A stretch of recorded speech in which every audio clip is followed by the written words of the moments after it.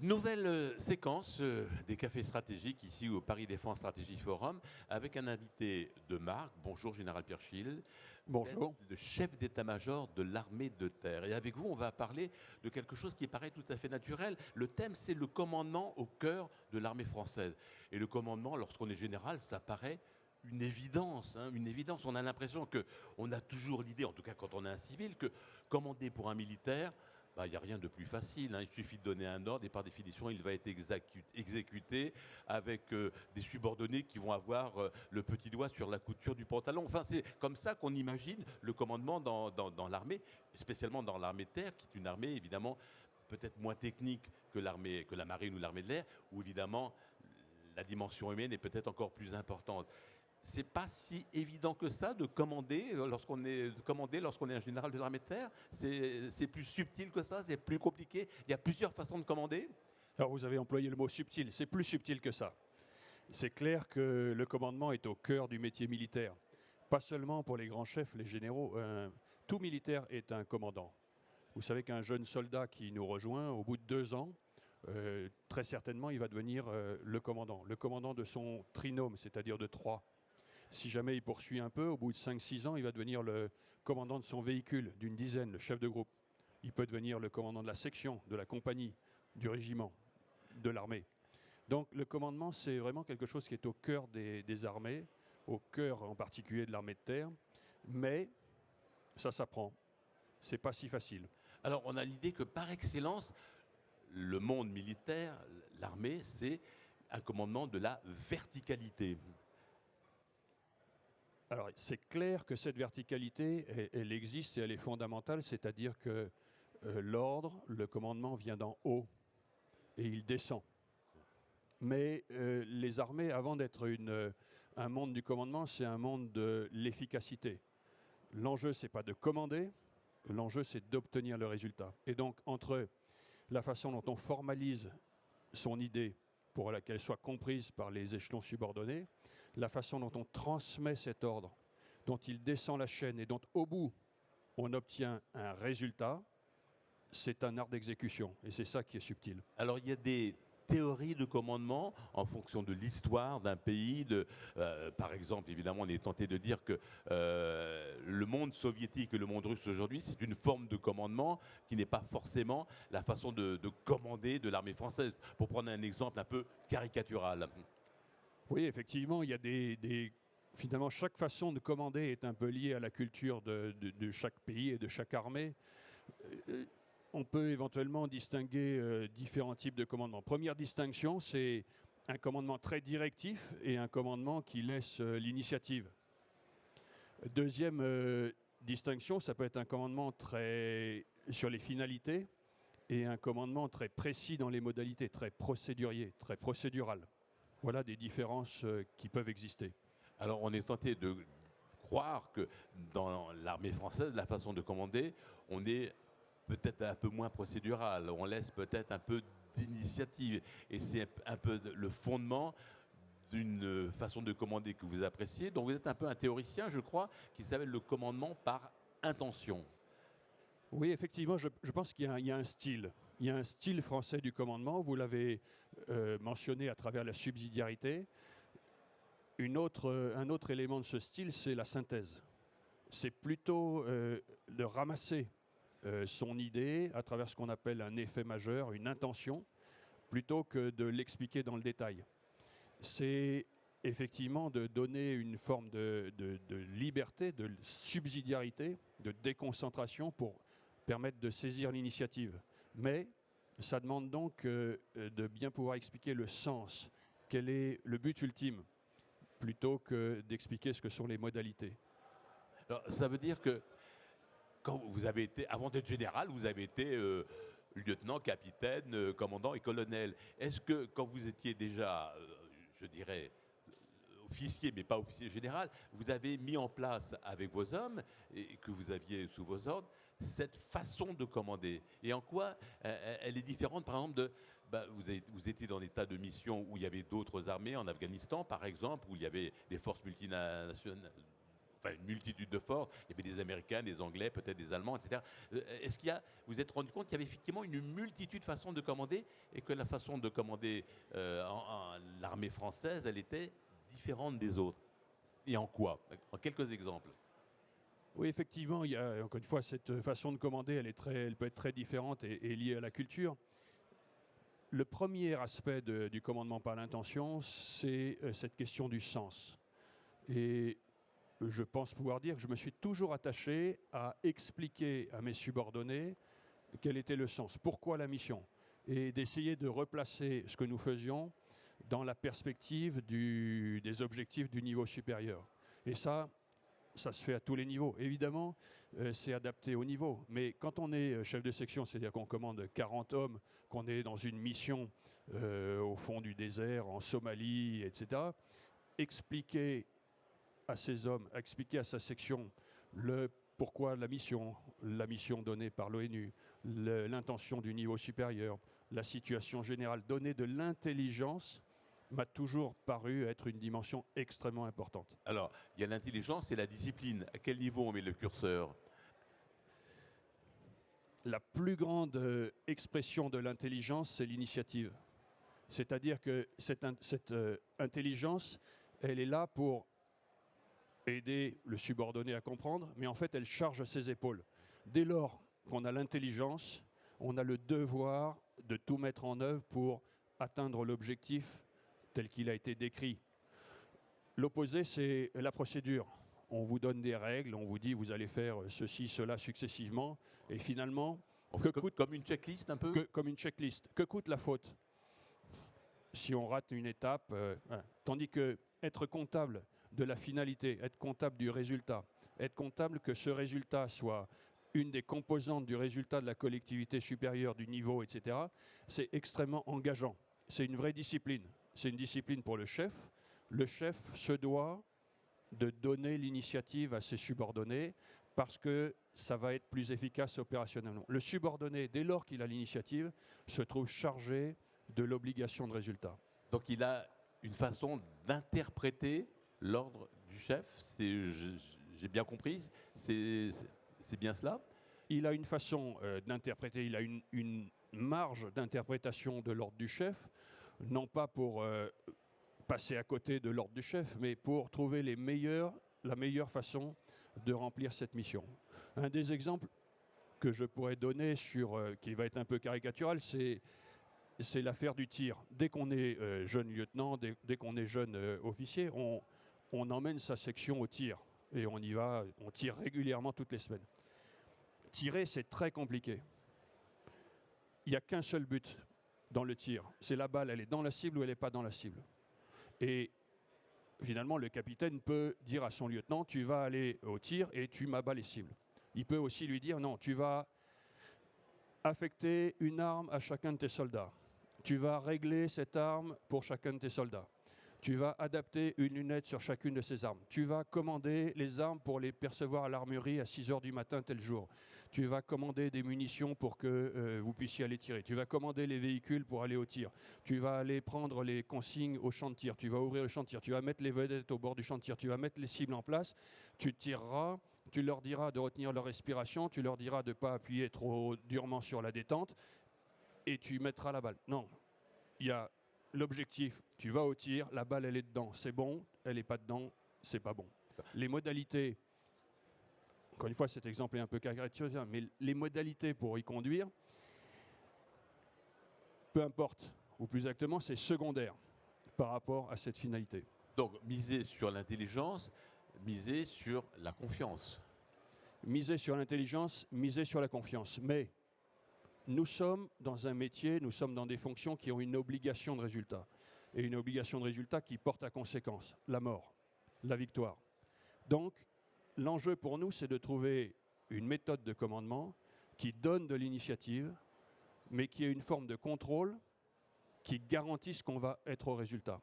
Et toute la difficulté, c'est cet équilibre entre l'initiative et le contrôle suffisamment lâche pour laisser l'initiative, mais qui va garantir qu'on sera au résultat. Alors, vous avez expliqué ce système de checklist. Ça, c'est plutôt le monde anglo-saxon, c'est qui pratique ce système de checklist. Bah, voilà, pour mener l'émission, il faut faire ça, ça, ça et ça. C'est une forme de commandement qu'on trouve dans quel pays, dans quel. Alors, c'est d'abord un mode de commandement. Cette question de la checklist par rapport à la synthèse, c'est quelque chose qui est lié à la culture des pays. Nous sommes dans un pays, dans une culture française qui, historiquement, est une culture plutôt de la synthèse, pas seulement dans le domaine militaire, qui va donc aller plutôt sur la question du sens plutôt que les modalités. Il y a des cultures qui sont beaucoup plus analytiques, parce elles reposent aussi sur une culture peut-être plus industrielle. Nos alliés américains sont probablement traditionnellement dans une culture plus analytique. Et donc, leur mode de commandement va être un peu à l'image de cette réalité sociologique, de décrire des tâches successives. Premier point. Deuxièmement, nous appartenons à une alliance qui s'appelle l'OTAN. Cette alliance, d'abord, elle est plutôt dans la culture anglo-saxonne, donc elle est plutôt analytique. Et deuxièmement, c'est une alliance qui regroupe plusieurs pays. Et quand on regroupe plusieurs pays et qu'on veut essayer de trouver un point moyen, on va trouver des processus partagés. On va faire des checklists, parce que c'est plus facile à traduire qu'une espèce de sentiment. Et donc, aujourd'hui, par cette double tendance de la référence américaine ou anglo-saxonne plutôt analytique, et deuxièmement de cette alliance de l'OTAN dans laquelle nous sommes qui norme les façons de faire, il y a une tendance assez nette à aller vers un commandement plus analytique, plus par tâche, plus par checklist. On va revenir sur la façon de commander en France, dans l'armée française, mais je voudrais faire un petit détour, non pas États-Unis, mais la Russie. Alors là, on est dans un système de commandement, alors là, pour le coup, extrêmement vertical. Oui, alors je ne connais pas le détail concrètement du commandement russe, notamment sur cette question de checklist, d'analyse, mais ce qui est clair, c'est que dans le commandement russe, manifestement, et encore une fois d'une manière un peu caricaturale, il y a une dimension de verticalité extrêmement importante. Ce qui fait que cette armée est extrêmement efficace dans les grandes manœuvres, dans ce qu'on appelle l'opératif, dans la campagne, dans le fait de transporter des masses très importantes de force d'un bout à l'autre du théâtre. Parce que cette centralisation qui accompagne la notion de checklist et d'analyse permet de concevoir des manœuvres extrêmement ambitieuses et extrêmement complexes dans les grandes masses. Mais ce que nous avons vu en Ukraine aussi, c'est que et finalement cette verticalité, cette centralisation, ne laisse pas d'initiative aux bas échelons, et on a vu X exemples d'unités qui, bien qu'il n'y ait pas que la porte soit ouverte face à elles, ne font pas le pas supplémentaire parce qu'on leur a dit de saisir le village X. Elles sont arrivées au village X, et alors que l'intention aurait pu être saisir le village X en vue de relancer l'action en direction de Z, on leur a dit X, ils sont à X, ils rendent compte qu'ils sont à X, point. Le mot-clé qui différencie un soldat français d'un soldat russe, c'est donc la possibilité du soldat français d'avoir une marge d'initiative.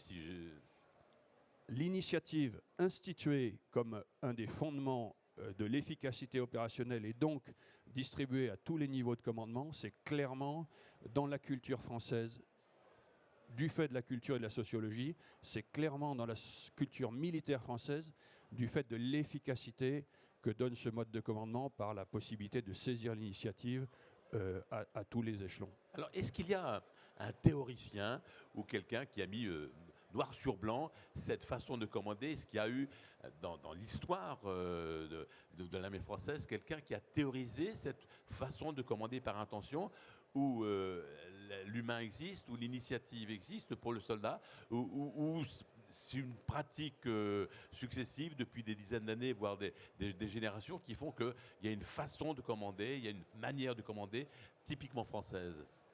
Non, il y a une manière de commander typiquement française et qui est culturelle et qui est très, très inscrite dans l'histoire. Donc évidemment, il y a eu plusieurs penseurs et plusieurs moments où ce commandement a été théorisé. Un des exemples qu'on continue à citer comme étant un des exemples de la quintessence de ce commandement, il est double, il va être le général Leclerc. Il est double parce que le général Leclerc, à Koufra, donne l'intention. Nous ne nous arrêterons pas tant que le drapeau, les 3 couleurs ne flotteront pas sur Strasbourg. Et c'est ça qui a guidé l'ensemble de la campagne.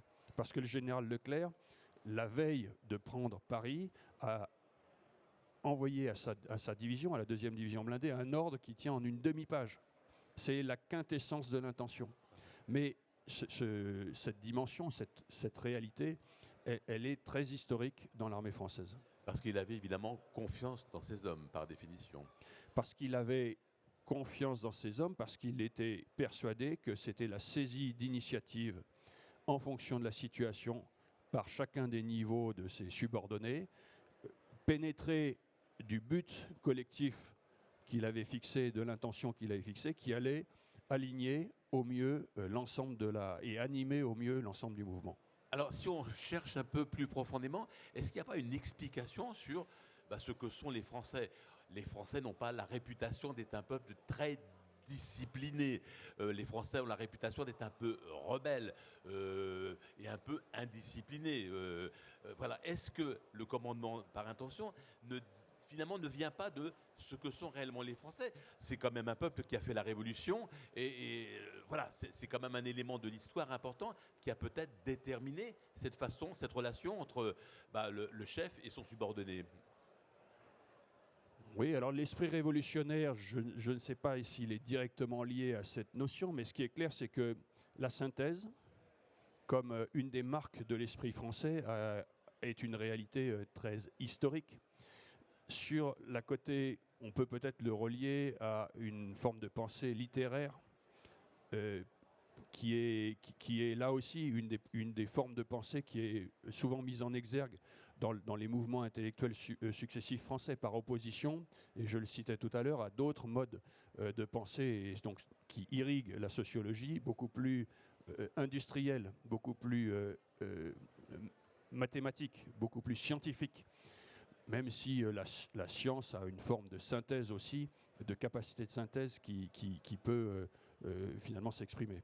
Vous avez eu une vie professionnelle de commandement un peu internationale. Vous avez rencontré énormément d'homologues. Est-ce qu'à un moment, un de vos homologues, alors je ne sais pas, il peut être belge ou néerlandais, je ne sais pas, est-ce qu'il a pu vous dire c'est plus facile de commander des Néerlandais que des Français, ou pas, ou finalement les soldats se ressemblent et un ordre reste un ordre, même s'il peut y avoir une façon d'interpréter cet ordre, comme on l'a expliqué à travers l'initiative et une responsabilité du soldat?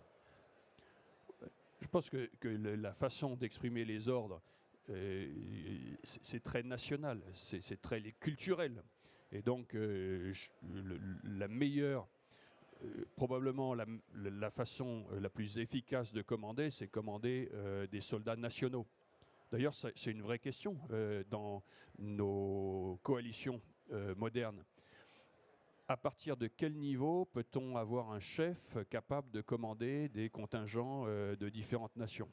Et l'expérience que l'on en a, c'est que, en fait, notamment pour les unités les plus élémentaires, jusqu'à un niveau d'un bataillon, en gros, d'un régiment, le commandement national est quand même très important. Il est important pour le langage. C'est une question de compréhension.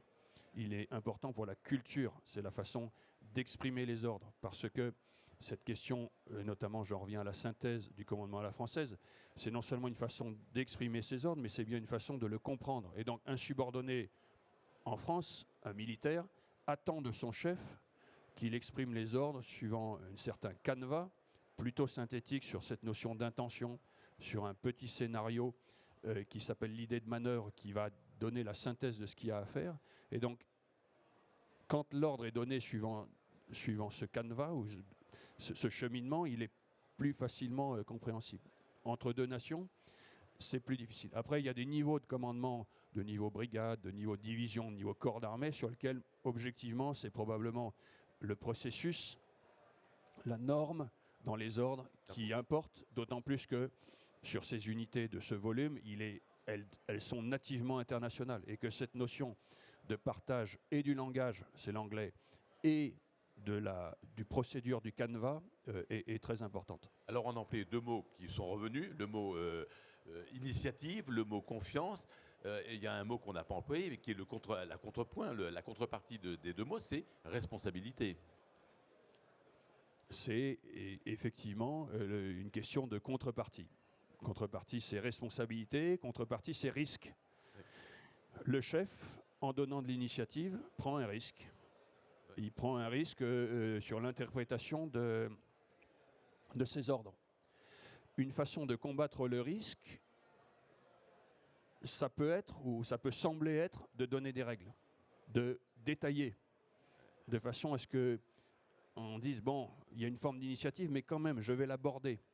Et ça, c'est une tendance qui est une tendance très humaine, très commune, et qui est d'autant plus répandue qu'on est loin du combat. C'est-à-dire, et d'ailleurs, c'est un des sujets, un de mes sujets par rapport à cette question de la mise en avant du commandement par l'intention, c'est que ce mode de commandement, il est appris à nos soldats et on l'emploie notamment dans les opérations, mais que peut se poser la question de son efficacité et dans la vie de tous les jours. Or, la vie de tous les jours du soldat, elle est comme la vie de tous les jours de notre société, elle est de plus en plus attachée à des questions de règles.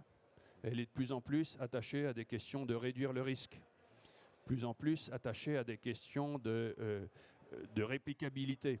Et ça, ce sont des tendances qui poussent à mettre des processus, mettre des règles, limiter le risque par des injonctions par rapport à une notion d'intention. Alors, on a évoqué un petit peu le fait que le commandement, il était multinational, et l'exemple type, c'est l'OTAN. L'OTAN est quand même dominé par les Américains, qui dominent, qui ont donné les grandes règles de l'OTAN. Si les Américains venaient à se retirer petit à petit, alors c'est un scénario, il y aurait beaucoup plus d'Européens, et les Européens, le pilier européen de l'OTAN pourrait être le plus important. Est-ce que la façon de commander évoluerait? Pas du jour au lendemain, mais est-ce que finalement il y a une façon de commander, il pourrait y avoir une façon de commander européenne qui n'est pas une façon de commander américaine, sachant qu'évidemment les Américains donnent le là à l'OTAN? Alors, d'ores et déjà, l'OTAN n'est pas une coalition américaine. Et l'OTAN, les États-Unis ne sont qu'un des membres de l'OTAN. Et d'ailleurs, au sein de l'armée américaine, dans ses procédures, n'emploie pas les procédures de l'OTAN. Mais ce côté analytique de règles, de processus mis en avant par l'OTAN, non, je pense qu'il n'est pas lié à la présence des Américains. Il est lié aujourd'hui, en premier lieu, au fait que c'est un des outils de la multinationalité. C'est un des outils pour lesquels on estime qu'on peut le mieux partager des processus, normer ces processus de façon à garantir, à limiter le risque, à assurer le coût. Et donc, je ne suis pas sûr que ce soit sensible au départ putatif ou pas des Américains. Et puis, dernière question peut-être, l'armée de terre est une armée où la dimension humaine est plus importante, peut-être que dans la marine ou l'armée de l'air, qui sont des armées, je dirais, plus techniques. Alors, vous allez me dire bien sûr que dans l'armée de l'air et la marine aussi, le rapport humain est important, mais il est, je pense, plus important, et vous me direz si je me trompe, que le rapport humain est plus important dans l'armée de terre. Ce commandement, cette forme de commandement, est-ce qu'il s'applique davantage à l'armée de terre, plus humaine, qu'à une armée plus technique, comme la marine ou l'armée de l'air, où peut-être que les procédures techniques, la checklist, elle est peut-être plus importante? Non, je crois que c'est vraiment un style à la française et que ce commandement par l'intention, il s'applique dans les armées françaises. Bon, néanmoins, c'est clair qu'il y a une spécificité de l'armée de terre. Cette spécificité de l'armée de terre par rapport à la marine et l'armée de l'air, quelle est-elle? La marine, on va dire un théâtre maritime, allez, il y a quelques dizaines, quelques centaines d'unités. Ce sont les bateaux. Donc, donner des ordres qui peuvent être précis et éventuellement venir du sommet vers chacun des mobiles, c'est possible, c'est envisageable. Le théâtre aérien, il peut y avoir quelques centaines de mobiles. Et donc, avoir un système de commandement centralisé qui ait connaissance de la position immédiate de chacun des mobiles aériens, amis comme ennemis, et donner des ordres précis, c'est possible, c'est envisageable, ça existe. C'est ce qui se fait aujourd'hui grâce au système de commandement aérien. Le système terrestre, c'est des milliers d'hommes. c'est des milliers d'objets qui sont répartis sur le terrain. On n'est plus dans le même... Il y a une différence de structure. L'armée de terre, elle est presque quantique. C'est-à-dire que elle est une unité terrestre, elle est à un endroit donné statistiquement. Mais en fait, il y a un petit pion ou un petit homme qui est 15 km devant, il y en a un qui s'est arrêté à la boulangerie 15 km à droite. Statistiquement, l'unité terrestre, elle est là. Mais elle est... Et donc, la diriger comme si on était le Dieu qui voyait l'ensemble du théâtre, capable de donner des ordres à chacun, ça n'est pas possible. Donc il faut que dans l'armée de terre, dans toutes les forces terrestres, il y ait des niveaux intermédiaires qui prennent des missions, qui aient une marge d'initiative et qui, vis-à-vis de leurs subordonnés, relaient cette notion de l'objectif supérieur, l'intention, vers les niveaux subordonnés. Donc ça, c'est une vraie différence. Alors, tout ça, ce que vous venez de dire, vous l'avez dit, on pourrait l'écrire. Est-ce que vous avez eu envie un jour d'écrire une théorie sur le commandement par intention? Alors oui, je veux le faire et je vais le faire. Je vais le faire parce que je vous disais que ce commandement par intention, c'est finalement quelque chose qui est assez ancien, mais je pense que cette application du commandement par l'intention, et notamment dans la vie quotidienne, est aujourd'hui empoisonnée par ces tendances de centralisation, ces tendances de process, ces tendances non pas de maîtrise du risque, ça c'est positif, mais d'aversion au risque, ces tendances d'influence, je parlais de l'OTAN, etc., du processus, qui fait que si on n'y prend pas garde, on va se réfugier. Le système a tendance à se réfugier dans une relation client-fournisseur avec ses soutiens, de ne pas prendre en compte la responsabilité de la réussite de la mission, mais du suivi du checklist qui devait y mener, etc. Et que donc, parce qu'aujourd'hui, il y a un moment particulier qui est un moment stratégique extrêmement important.